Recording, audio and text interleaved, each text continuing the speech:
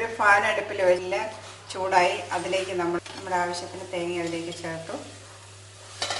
മുളക് പൊടി, ഒരു 1/4 സ്പൂൺ കുരുമുളക് പൊടി,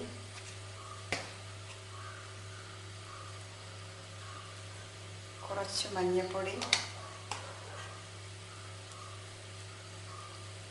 ആവശ്യത്തിന് ഉപ്പ്, ഇതിലേക്ക് കുറച്ച് ചെറിയ ഉള്ളി, ഒരു കുഞ്ഞു പീസ് വെളുത്തുള്ളി, ഇത് നമ്മളൊന്ന് ഫ്രൈ ചെയ്യുന്നു. 2 പീസ് കറിവേപ്പില നമ്മൾ ചേർക്കുന്നു. എടുത്തു വെച്ചിരുന്ന ചെമ്മീനും ചേർത്തു. ഇനി നമ്മളൊന്ന് ഇളക്കി നന്നായി യോജിപ്പിച്ച് ഒന്നും കൂടെ ചൂടായതിനു ശേഷം നമുക്ക് ഇപ്പോൾ ഇത് ചൂടായിട്ടുണ്ട്. നമുക്കിത് വാങ്ങി ഒന്ന് ചെറുതായിട്ട് തണുത്തതിന് ശേഷം മിക്സിയുടെ ജാറിൽ ചെമ്മീൻ പൊടി ഇവിടെ റെഡിയാണ്. ഈ ചെമ്മീൻ പൊടി ഉണ്ടാക്കുന്നതിന് ഈ ചെമ്മീൻ നന്നായി കഴുകി വാരി ഉണങ്ങിയതിന് ശേഷം വറുത്തിട്ട് വേണം. അതിൻ്റെ തലയും വാലും കളഞ്ഞ് എടുത്തതിന് ശേഷമാണ് ഇത് ചെമ്മീൻ ഇങ്ങനെ പൊടിക്കാനായിട്ട് നമ്മൾ എടുക്കുന്നത്.